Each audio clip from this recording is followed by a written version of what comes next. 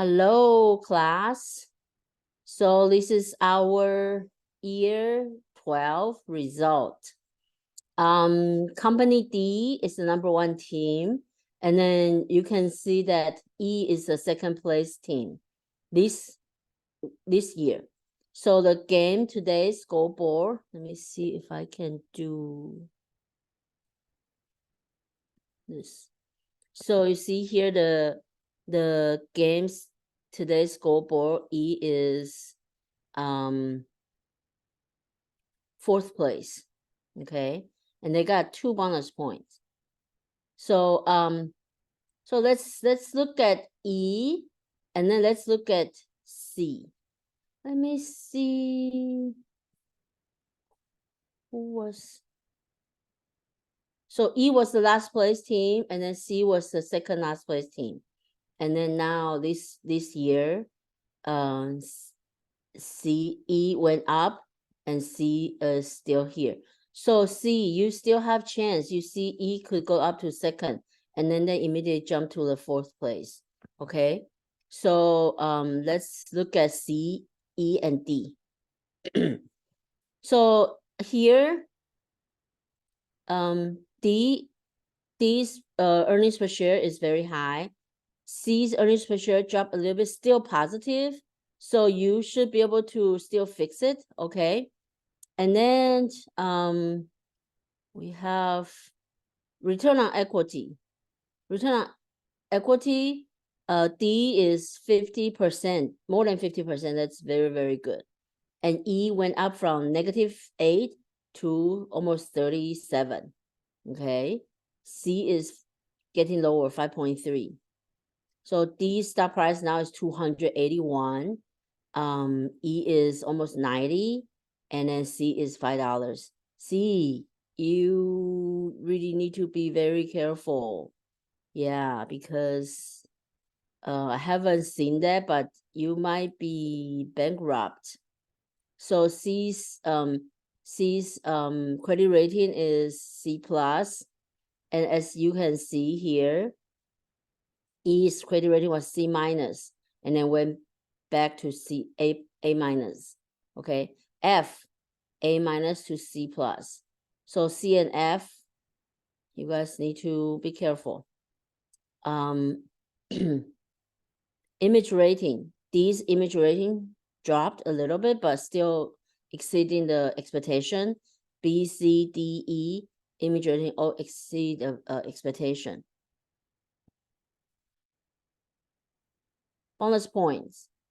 So this year, only A and D got the both sides award. Okay. E got it last year. So Leapfrog Award, of course, go to E because they improved 72 points. And then let's look at industry overview. So industry overview, you guys should like pay attention to the demand forecast and then the facility space. So D is the only company that built in Latin America. And the rest of you guys didn't build, and D also filled up the space here, but they didn't buy any equipment in Latin America. So you guys didn't like build anything. Only E built something, A, B, E built something. Okay, C still have the capacity. So I'm wondering why C is in so much trouble. So we see here D is not in private label, okay, and then E is really huge in private label. C also has some private label. So your like C sales is not bad. And then you all have cash on hand. F has a lot of cash. Wow. So yeah, it doesn't mean it's bad. I'm just saying, wow, they have cash. So so let's see here. D has a very high gross profit margin. Remember, they have their return on equity is more than 50%. Okay, so their gross profit margin is the highest. Their operating margin is like 30%. C's operating profit margin is only 5%. So it must be, I don't know what I did. And then the net profit margin is 2.6. So we have to, I hope C will approach me and then we can look into those. And then you guys can see this number. You can compare yours. So your number should be showing here, but because like I told you, my account is not the same as yours. So I can only see the industries. So you guys will be able to see yours and then you can compare whether or not you pay too much, whether or not you use too much superior material, and then the reject rate, if it's too high, how do you fix it? Okay, so you can take a look at all this kind of stuff. Let's look at the Asia Pacific. Same thing, you know. So you guys should look at the number here, compare that with your number here, okay, and then make some kind of adjustment if you think there's a need. So this one, again, you can also look at the cost, okay? So like whether or not then you will know whether or not your cost is too high. This is the cost per pair sold, okay? And then you see like different profit margin, okay? So your profit margin is not bad. Like the lowest is 15%, so it's not bad. For Europe, the lowest is 5%, highest is 22, okay?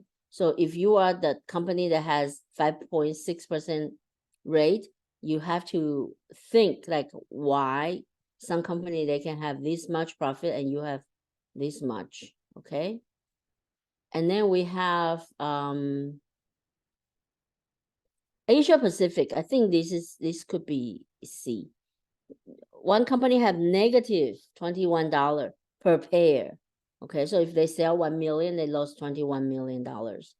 So that's, I think that might be why C has low profit margin and why their point is low, their grade is low. So, and then you see here in Latin America, one company only making $4 per pair, one company making almost $26. And then in private label, I'm also guessing this is C. This is C. So one company has loss in Europe and then loss in Asia Pacific. Okay, so you have to make sure you adjust that. And then if you still don't know where to look to see how much you make in your decision page, you need to figure it out. And then celebrities, let's see who got celebrities. So, well, so we know that B, C, D, E, F got celebrities. Okay.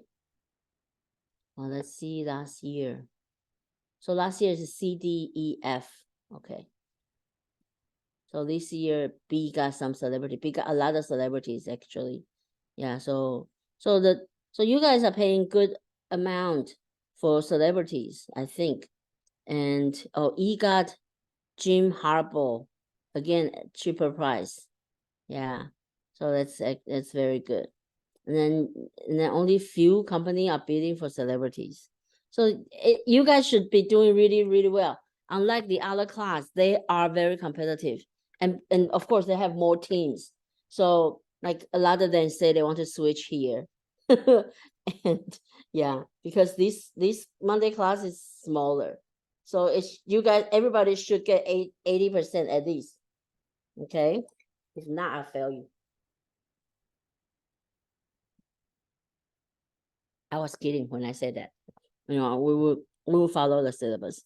So you see that we have some shortage in the in our demand. So the average shortage is 83. So about 800 pair shortage. Okay. So so you see D has the highest market share, and they didn't even bother to go to private label. Okay. So, and then your private label is so like only only few, not like the demand is almost 3,000, only 1,800 were sold.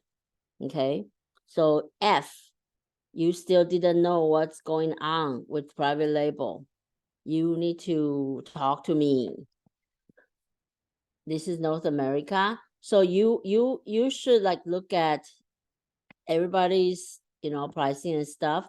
So based on this, you see, even for D, they sell their shoes at $70. Their demand is still very, very high. Okay, and they up their retail support to 6,000. So you need to figure out how do you get your demand high. Okay, yeah, so that's D. So that's North America, and let's see Europe, Africa. Again, we still have shortage in, you know, overall. So make sure you have enough shoes, and D is making a lot of money here, so they don't really need to put it in private label. And then F still doesn't know what's going on. In Asia Pacific, let's look at C. Oh, C, you lose a lot of sales because you don't have enough shoes. So if you don't buy more equipment or build more capacity, what you should do is increase your price, okay? Because your demand is actually higher than everybody else. This demand here is not that high. So, you know, but they get 14%. So imagine if you get all your 4,000 covered, how many percent is that? It's so almost like maybe 28, no, less than 28, maybe 25% of market share. Okay, so that's what happened. So be very careful at your demand. And then you see here, this is even worse than America. Nobody has enough shoes, so you might want to increase your price. Yeah, but these still doing really well. Okay, so so that's it. And then your private label, you know, it's not even, you know, it's just not enough. We don't have enough shoes. So this, you guys should really do well. I don't understand how you could fail, because we have very few people here. So basically, I think, I don't know if, yeah, from G, half of your class is computer team, and then they don't change, they only keep the same thing. Okay, so you guys should be doing really, really well. Okay, I'll see you guys on Monday.